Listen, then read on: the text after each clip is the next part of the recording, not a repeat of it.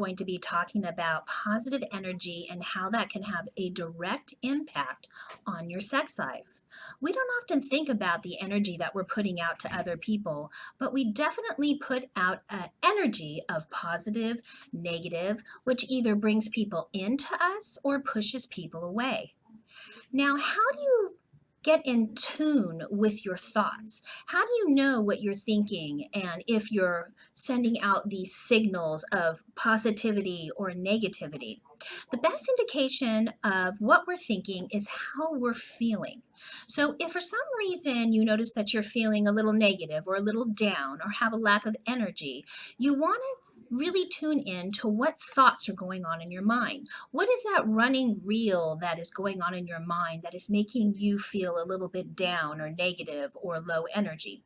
At that moment, you have the ability and you have the choice to change that thought pattern. So, what you do is you take that and you think about something that makes you feel good. If you can't think of something that makes you feel good, then you do something that makes you feel good, or you keep active. Anything to stop that negative energy from happening. The same happens when you're feeling good about something. Catch yourself feeling good and think about, what am I doing at the moment that is promoting these good feelings? What am I thinking that's making me feel good? And this is very important when it comes to having a relationship with someone, especially having an intimate sexual relationship with someone, because again, you want to be able to bring that person into you and put out an energy that they feel that they want to be with you, that they want to be around you, that they want to be sexually intimate with you. This not only happens in relationships, this happens to people when they're dating. If you're somebody who's going out on date after date and you feel that maybe you're not getting a phone call back or you're not connecting with the person, then you really need to figure out what kind of an energy you're putting out there. Are you presenting this positive energy where you're open to conversations, where you're feeling good about yourself? Because it really does make a difference when you make an effort to be positive. In fact, being positive can change your whole attitude, it can change your day.